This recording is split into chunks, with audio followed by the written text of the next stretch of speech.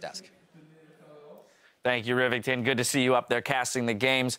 This was a very great win for Flash Wolves, both in the way that they turned things around after being down 2K gold in the mid-game, all the way to its implications for the tournament, which is that they now move to 3-2.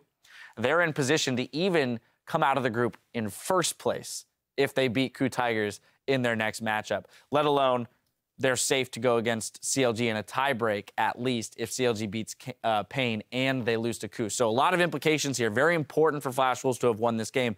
And I want to get into, specifically how they did that, because they were, like I said, 2K down at one point. Yeah, they certainly were. But let's take it back to the very start of the game. The pick ban phase that came out of the Flash Wolves, I find just completely outclassed CLG there. I'm going to once again go towards a Morgana with Lee Sin and Alistair in the game. You need a primary engage that is not Alistair or Lee Sin if they are running a Morgana support. Instead, they flex this Echo, and sure, it looks really clever on paper, and you're like, three-wave flex, but it did absolutely nothing throughout the entirety of the game. And I find that with the Malphite, because they picked Victor, there was just no time for them to split push, because straight away they hit the go button, Malphite goes in, blows up the Victor. There is no way they can withstand that. Yeah, and I love the Malphite pick for Stake. Just a tanky top laner. He can be down 40, 50 CS, and he's still going to do his job. And we saw exactly that happen.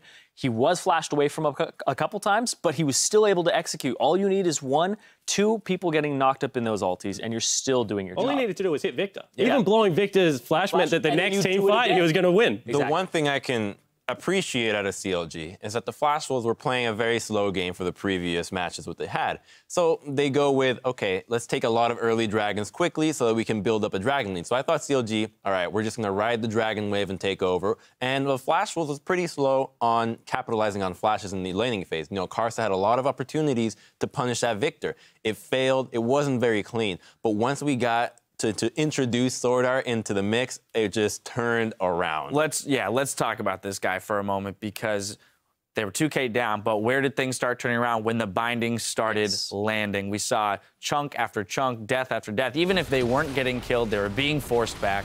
Well, it's the bindings. Even if they aren't killing the person, they're getting something blown. Afromu's ultimate was blown by a binding right before this fight happened as well, getting caught by another, and then a binding onto Zion. Just overall in these fights, landing these picks is just so crucial. And right here, and we're not another one onto double lift here. These things are homing missiles, and the black shields on top of it. They really allow LeBlanc to get into the backline, deal damage, and Alistar just sits there with his hands down his pants because he can't do anything. I mean, there's a reason this guy's got a Legends Rising documentary. Yeah, there certainly is. And this is why I said pregame, if you're going to mention Afro, you have to mention SwordArt. Because to me, they're actually very similar players. And SwordArt seems to be able to play offensively and defensively. The flash initiation in their first victory against KOO was what turned that game around. Now this game, just able to hit all of these bindings, peeling very well for NL, who got a pentakill in that game. SwordArt has stepped up huge. We keep talking about Maple. We keep talking about Casa. Their support player is a legit threat on this team. In the pregame, you discussed Karsa being such a powerful jungler, and I was on the side of Xmithy, and it really showed because the first 2 ganks from Xmithy were some lane gank bottom lane where he was spotted through minions. Then the other one was ganking the top lane Malphite, who's level 5, has about 1,200 hit points at that time, and is impossible to kill. While Karsa's first gank into the mid lane instantly blows a flash on the Victor and wins lane right off that. Obviously, it wasn't capitalized to the extent where it should have. Flash for flash, then just get a bunch of kills. But still, the effectiveness of this jungler is high. Now, we'll have some more time to talk about the Flash Wolves in their pregame, but I do want to hit one more time on CLG as they are fighting for their tournament lives here when they go up against Pain. We've seen them lose 2 games today in rather tragic fashion. What do they need to change about their games, their game plan, their play style, in order to be more successful in their 3rd game of the day?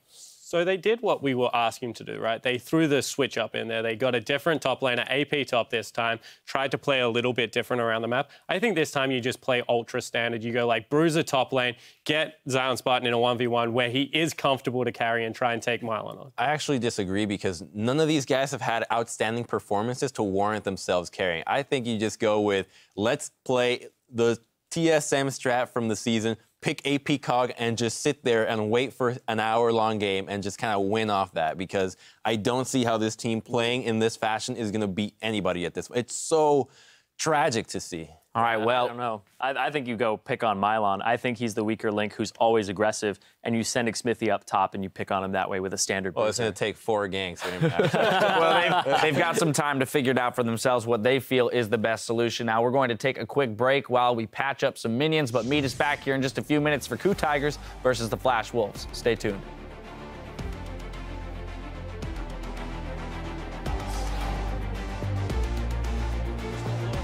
Here at Doc Pullman with League of Legends games, and the World Championship is only continuing now. Doublelift jumps out, binding used. No, Zap actually hits. Flash Wolves. Eyes on Zion. Teleport, here it Afro's comes. still going to go in. They try to get Karsa immediately. Still pretty tanky. He's going to take a while to go down. SwordArt could go down with one more hit, but he just can't swing the sword. Doublelift to the other side. Dubbing in. He gets the reset. He says, "King me," but can't get the next jump. Blindings from SwordArt go to the backside. They miss, but they still have Aframu to kill. Taking him down. Pobelter's next. Doublelet's going to get hit with some rockets. 더블을 보였어. 下面下面 AD 上 AD